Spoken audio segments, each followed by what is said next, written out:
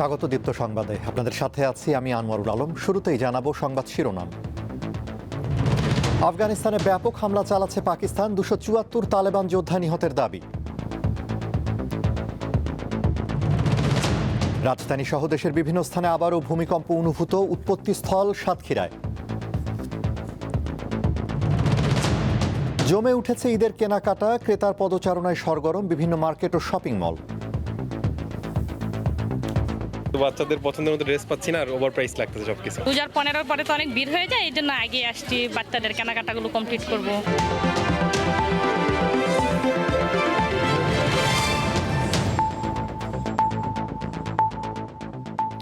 এবারে বিস্তারিত।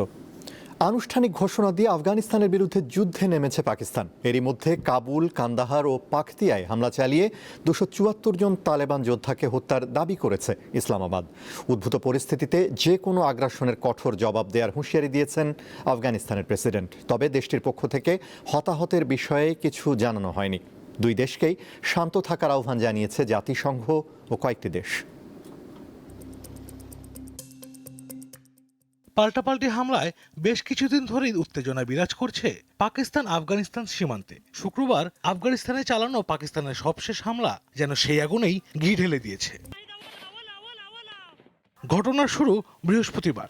এদিন আফগান বাহিনী সীমান্তে পাকিস্তানের সামরিক স্থাপনায় হামলা চালায়। এতে 2 সেনা নিহত হওয়ার খবর জানায় ইসলামাবাদ। এরপরই পাল্টা প্রতিশোধ নিতে আফগানিস্তানের রাজধানী কাবুল, কান্দাহার ও পাকতিয়া শহরে বিমান হামলা চালায় পাকিস্তান, যার নাম দেওয়া হয় অপারেশন গজব লিল হক। হামলার পর আফগানিস্তানের বিরুদ্ধে প্রকাশ্যে যুদ্ধের ঘোষণা দেন পাকিস্তানের প্রতিরক্ষা মন্ত্রী খাজা আসিফ। দেশটির প্রধানমন্ত্রী শাহবাজ শরীফের মুখপাত্র মোশাররফ জাইদি দাবি করেছেন, হামলায় তালেবানের কয়েকশো সদস্য হতাহত হয়েছে, ধ্বংস করা হয়েছে 27টি সামরিক ঘাঁটি ও 80টি ট্যাঙ্ক। এছাড়া দখল করা হয়েছে আরও 9টি সামরিক ঘাঁটি। এদিকে চলমান উত্তেজনা নিয়ে গভীর উদ্বেগ জানিয়ে উভয় দেশকে আন্তর্জাতিক আইন মেনে চলার আহ্বান জানিয়েছেন জাতিসংঘের মহাসচিব অ্যান্তোনিও গুতেরেস। যুদ্ধ নয়, সংলাপের মাধ্যমে কাবুল ও ইসলামাবাদকে বিরোধ মেটানোর আহ্বান জানিয়েছে রাশিয়া ও ইরান।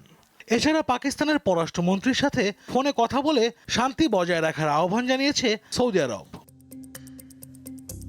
এর আগে গত রবিবার আফগানিস্তানের 2টি প্রদেশে হামলা চালায় পাকিস্তান। এতে 13 বেসামরিক মানুষ নিহত হয়েছে বলে জানায় আফগানিস্তানের জাতিসংঘ মিশন। তবে পাকিস্তানের দাবি, হামলায় 80 জনের বেশি নিহত হয়েছে। অপরদিকে পাল্টা হামলায় অর্ধশতাধিক পাকিস্তানি সেনাকে হত্যার দাবি করেছে তালেবান সরকার। আশরাফ শুভ, দীপ্ত, বার্তাকক্ষ। রাজধানী সহ দেশের বিভিন্ন জায়গায় আজ আবার ভূমিকম্প অনুভূত হয়েছে।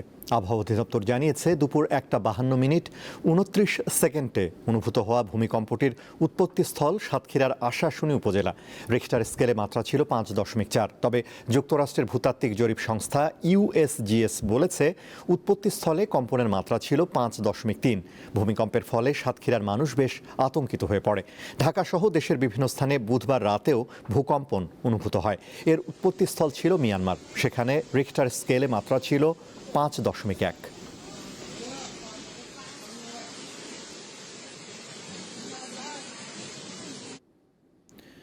মানব পাচার চক্রে পড়ে এখন নিঃস্ব চাঁদপুরের 25 বছর বয়সী ইলেকট্রিশিয়ান আকবর সম্রাট।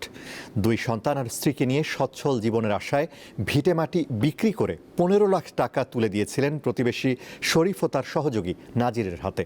লক্ষ্য ছিল গ্রিস, কিন্তু গন্তব্য হয় লিবিয়ার টর্চার সেলে। দেশে ফিরতে পারলেও ঋণের বোঝায় দিশেহারা এই যুবক। 25 বছর বয়সী আকবর সম্রাট পেশায় ইলেকট্রিশিয়ান। 2 সন্তান আর স্ত্রীকে নিয়ে সচ্ছল জীবনের আশায় ভিটেমাটি বিক্রি আর ধার দেনা করে 15 লাখ টাকা তুলে দিয়েছিলেন প্রতিবেশী শরীফ ও সহযোগী নাজিরের হাতে। লক্ষ্য ছিল গ্রিস, কিন্তু গন্তব্য হয় লিবিয়ার অন্ধকার এক ভূগর্ভস্থ ঘরে।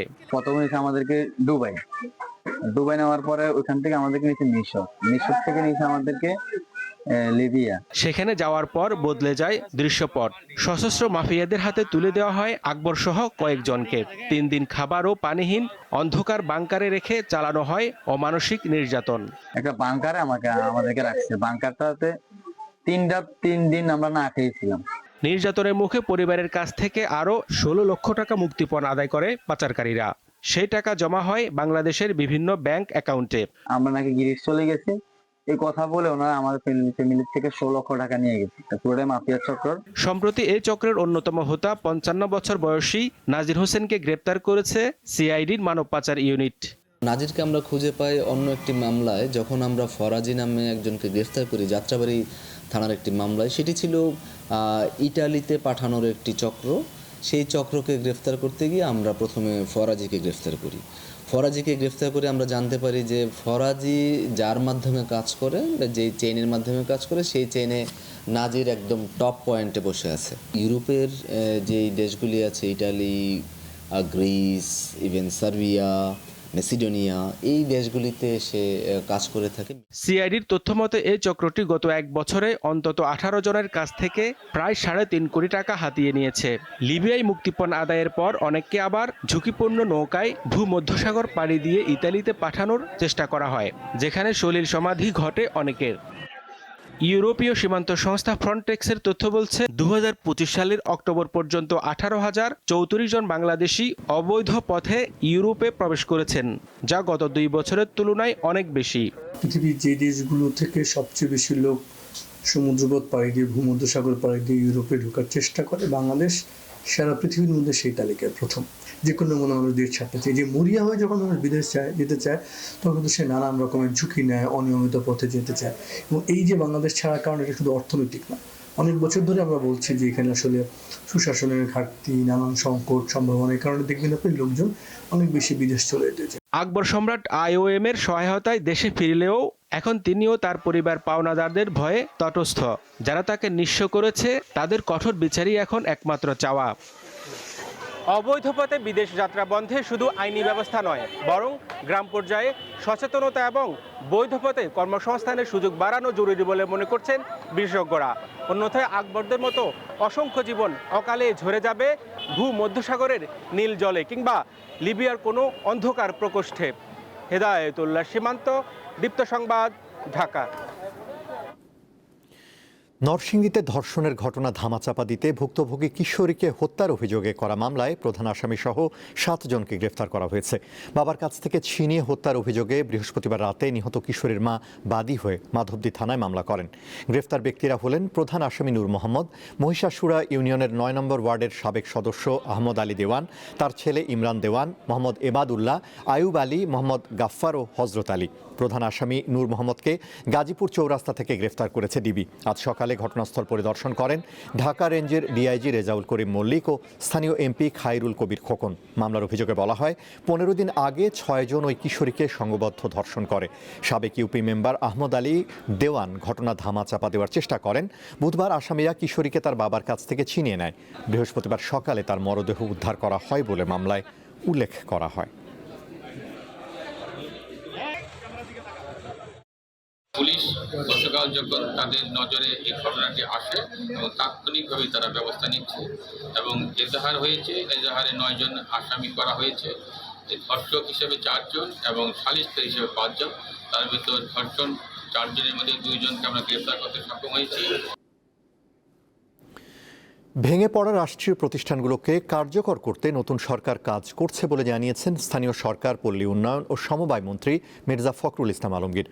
আজ ঠাকুরগাঁওয়ের হাজিপাড়া হাফেজিয়া মাদ্রাসার বহুতল ভবনের ভিত্তিপ্রস্তর স্থাপন শেষে সাংবাদিকদের প্রশ্নের জবাবে তিনি কথা বলেন। মন্ত্রী বলেন, স্থানীয় সরকার নির্বাচন যথাসময়ে হবে এবং গণতন্ত্রকে তার প্রাতিষ্ঠানিক রূপে ফিরিয়ে আনা হবে। জুলাই গণ অভ্যুত্থানে পুলিশ হত্যার বিচার নিয়ে সাংবাদিকদের প্রশ্নের উত্তরে তিনি বলেন, এ বিষয়ে স্বরাষ্ট্রমন্ত্রী যা বলেছেন তাই হবে।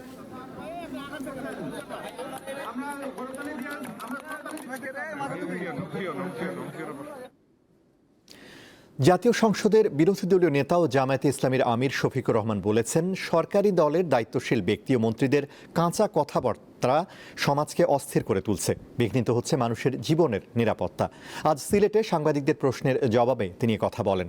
অপরিপক্ক কথাবার্তা অপরাধ উস্কে দিচ্ছে বলে মন্তব্য করেন শফিকুর রহমান। তিনি প্রশ্ন করেন, এ ধরনের দায়িত্বজ্ঞানহীন কথাবার্তা চলতে থাকলে দেশ কিভাবে ভালোর দিকে যাবে? রাষ্ট্রপতির অভিশংসন নিয়ে এখনই কোনো মন্তব্য করতে রাজি নন জামায়াতে ইসলামীর আমির।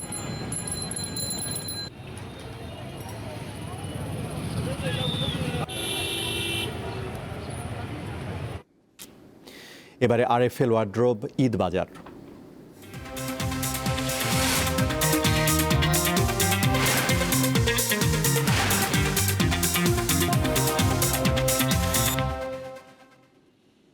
ক্যালেন্ডারের পাতায় ঈদের এখনও বেশ কিছুদিন বাকি, কিন্তু রাজধানীর বিপণী বিতানগুলোর চিত্র বলছে ভিন্ন কথা। এরই মধ্যে কেনাকাটার ধুম লেগেছে। পছন্দের পোশাক খুঁজে নিতে এক মার্কেট থেকে অন্য মার্কেটে ছুটছেন ক্রেতারা। ঈদ মানে উৎসব, খুশি, যা বারবার ফিরে আসে মুসলিম উম্মার দুয়ারে। সেই পবিত্র ঈদুল ফিতরকে সামনে রেখে রাজধানীর শপিং মল ও বিপণী বিতানগুলোতে জমতে শুরু করেছে কেনাকাটা। এবারও নগরবাসী ভিড় এড়িয়ে চলার জন্য একটু আগেভাগেই পছন্দের পোশাক ক্রয়ে এক দোকান থেকে অন্য দোকানে ঘুরে বেড়াচ্ছেন, করছেন পছন্দসই কেনাকাটা। বিভিন্ন ধরনের দেশি বিদেশি আকর্ষণীয় পোশাকের পাশাপাশি জুতার দোকানগুলোতেও ভিড় চোখে পড়ার মতো। শিশু থেকে বড় সবার জন্য কেনা হচ্ছে জুতা। শিশুদের পোশাকের দোকানগুলোতেও ভিড় করছেন নগরবাসী। শিশু সন্তানদের জন্য নানা বাহারি পোশাক ক্রয়ে ব্যস্ত অভিভাবকেরা। তবে পোশাকের দাম নিয়ে রয়েছে মিশ্র প্রতিক্রিয়া। আজকে প্রথম আসলাম, কিন্তু বাচ্চাদের পছন্দের মতো ড্রেস পাচ্ছি না আর ওভার প্রাইস লাগতেছে সবকিছু। বাচ্চারা মোটামুটি যতটুকু পছন্দ করছে এবং বেশ কিছু জামা নিয়েছি বাচ্চাদের জন্য। রোজার 15 পরে তো অনেক ভিড় হয়ে যায়, এই জন্য আগে আসছি বাচ্চাদের কেনাকাটাগুলো কমপ্লিট করব। এখানে কালেকশনগুলোও ভালো থাকে, কোয়ালিটি ভালো, যেহেতু বাইরের প্রোডাক্টগুলোই বেশি থাকে, সফট থাকে। কেনাকাটা করতে একটু আগে আসলাম, ভিড়টা যাতে একটু কম পাই, প্লাস হচ্ছে কালেকশন যাতে একটু ভালো দেখতে পাই। বিক্রেতারা জানান, এবার ঈদ বাজারের প্রথম থেকেই ভালো সাড়া মিলছে। আগামী সপ্তাহ থেকে বিক্রি বাড়তে পারে। ব্র্যান্ডেড শার্ট, গেঞ্জি আর ওদের কিছু শেরওয়ানি আছে, আপনার কোটি পাঞ্জাবি, এগুলো এক্সক্লুসিভ সব কিছু আমাদের এই ব্র্যান্ডেড আইটেমগুলো আমরা কালেকশন করে থাকি। আর মেয়েদের ক্ষেত্রে হচ্ছে আপনার সারারা, গারারা। আর এখন এবার ঈদে নতুন একটা আইটেম চলে আসছে ফার্স্টে। বাচ্চাদের থেকে ঈদের সামগ্রী, মহিলাদের 3 পিস, অন্যান্য পুরুষদের অন্যান্য আউটলেট, সমস্ত বাইরের জিনিসগুলো পাওয়া যায়। সবাই স্বাচ্ছন্দ্য বোধ করে। আলহামদুলিল্লাহ, আমি আমার দিক থেকে বলবো সবকিছু মিলে আলহামদুলিল্লাহ খুব ভালো আছে। প্রথম দিক থেকে আমি সাড়া পাচ্ছি। দাম নিয়ে কিছুটা অভিযোগ থাকলেও নতুন পোশাকের আনন্দে সেই ক্লান্তি নেই ক্রেতাদের মনে। ঈদ ঘনিয়ে আসার সাথে সাথে এই উৎসবের রং আরও ছড়িয়ে পড়বে। হেদায়েতুল্লাহ সীমান্ত, দীপ্ত সংবাদ, ঢাকা। ভূমি সংক্রান্ত সেবা ও অনিয়ম দূর করতে ওয়ান স্টপ সার্ভিস চালু করা হবে বলে জানিয়েছেন ভূমি মন্ত্রী মিজানুর রহমান মিনু। দুপুরে রাজশাহীতে সর্বস্তরের মানুষের সঙ্গে সৌজন্য সাক্ষাৎ শেষে সাংবাদিকদের সঙ্গে আলাপকালে তিনি কথা জানান। মন্ত্রী বলেন, সেবা সহজ করার পাশাপাশি হয়রানি বন্ধ ও স্বচ্ছতা নিশ্চিতের লক্ষ্যে ভূমি মন্ত্রণালয় আধুনিকায়ন করা হবে। আইন অনুযায়ী প্রয়োজনীয় সব নির্দেশনা দেওয়া হচ্ছে বলে জানান ভূমিমন্ত্রী।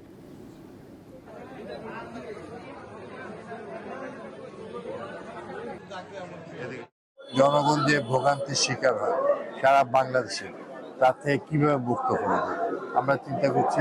আধুনিক বিশ্বে পৃথিবীর অন্যান্য দেশের মধ্যে ভূমি ব্যবস্থায় ওয়ান স্টপ সেন্টার, যেটাতে যার জমি যার সমস্যা ও বলবে এবং সেখান থেকে তাকে আর 5-6টা ধাপ আর যেতে হবে না, হয়রানি যেন না হয়, যেন কার্যকরী পদক্ষেপ না হয়, সেটার দিকে আমরা চেষ্টা করছি।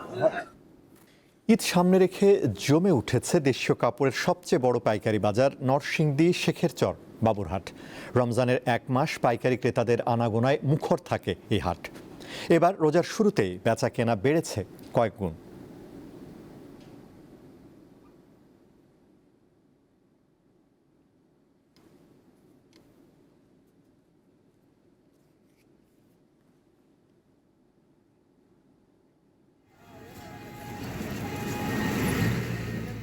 দেশের বিভিন্ন জেলা থেকে আসা ক্রেতাদের ভিড়ে সরগরম দেশের অন্যতম পাইকারি কাপড়ের বাজার নরসিংদীর শেখেরচর বাবুরহাট। শাড়ি, লুঙ্গি, 3 piece, shirt piece, pant piece, পাঞ্জাবির কাপড়, থান কাপড় সহ দেশীয় সব ধরনের কাপড়ের দোকানেই এখন ক্রেতাদের ভিড়।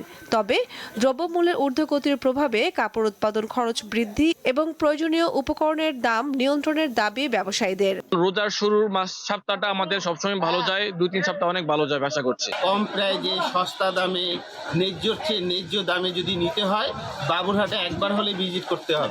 স্বাভাবিক সময়ে প্রতি হাটে গড়ে 1.5 থেকে 200 কোটি টাকা বিক্রি হলেও বর্তমানে তা বেড়ে দাঁড়িয়েছে কয়েক গুণ। আজকে মোটামুটি ভালো বেচাকিনি হচ্ছে ইনশাল্লাহ। তবে আমরা আশাবাদী আমাদের এই পুরো রমজান মাস বেচাকিনি হবে। অন্যান্য বছরের তুলনায় এবার আশানুরূপ বিক্রির প্রত্যাশা ব্যবসায়ীদের। বেচাকিনা আমাদের এই সপ্তাহ থেকে মোটামুটি খুবই ভালো, হয়তো সামনে ঈদ পর্যন্ত আমাদের ভালোই যাবে। পরবর্তীতে কি হয় এখন বলা যায় না। এক বাজারে সব ধরনের কাপড়ের পাশাপাশি দামে ও মানে ভালো হওয়ায় দেশের নানা প্রান্ত থেকে ছুটে আসছেন ক্রেতারা। আসলে 5 বছর ধরে ব্যবসা করতেছি, এখানে 3 পিস নিছি, গস কাপড় নিছি, আর কত অনেক বিভিন্ন ধরনের চাদর আছে, সবই আছে। আমি আসছি আসলে কালীগঞ্জ থেকে। এখানে নিরাপত্তা আছে, দামে একটু সস্তা পাওয়া যায়, এর জন্য এখান থেকে কিনতে ভালো লাগে। ব্যবসায়ী নেতারা বলছেন প্রত্যাশার চেয়ে এবার বেশি ক্রেতার সাড়া পাওয়ায় বিগত সময়ের ক্ষতি পুষিয়ে নেওয়া যাবে। এই সময় তো যেহেতু রমজানের সময় প্রতি বছরই 200-250-300 কোটি টাকার মতন বা 400 কোটি টাকার মতন প্রতি সপ্তাহে শেখরচর বাজার বসে।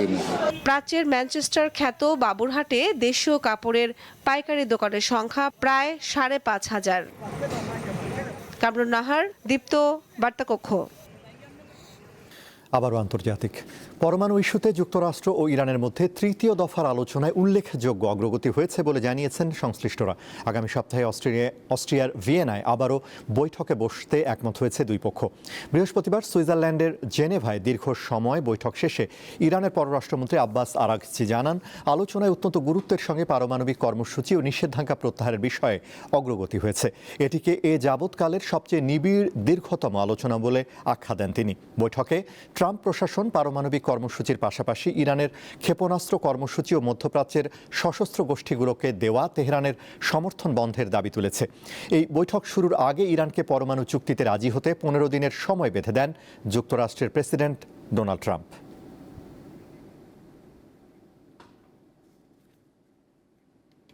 খেলার খবর।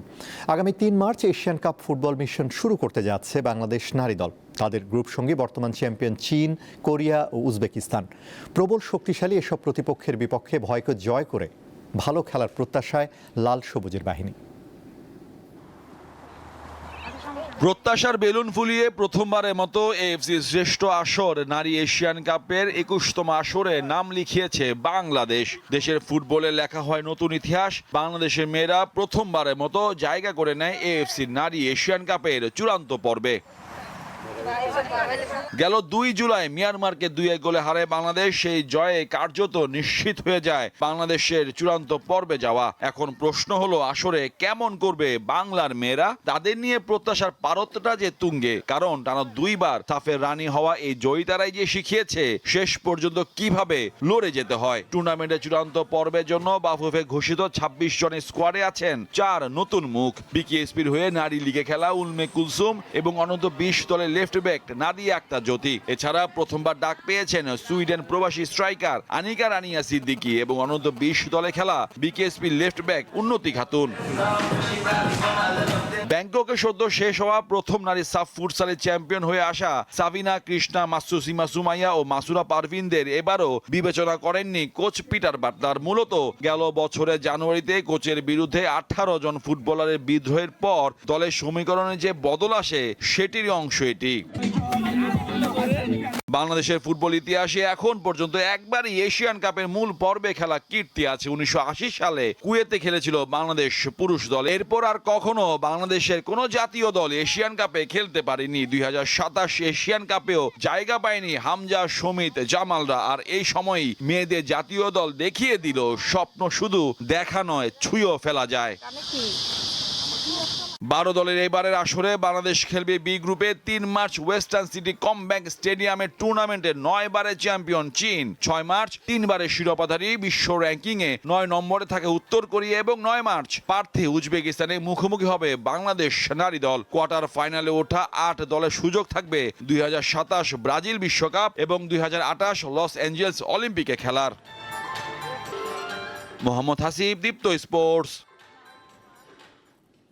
শেষ করব দীপ্ত সংবাদ, তার আগে সংবাদ শিরোনামগুলো জানাবো আরও একবার। আফগানিস্তানে ব্যাপক হামলা চালাচ্ছে পাকিস্তান, 274 তালেবান যোদ্ধা নিহতের দাবি। রাজধানী সহ দেশের বিভিন্ন স্থানে আবারও ভূমিকম্প অনুভূত, উৎপত্তিস্থল সাতক্ষীরায়। জমে উঠেছে ঈদের কেনাকাটা, ক্রেতার পদচারণায় সরগরম বিভিন্ন মার্কেট ও শপিং মল।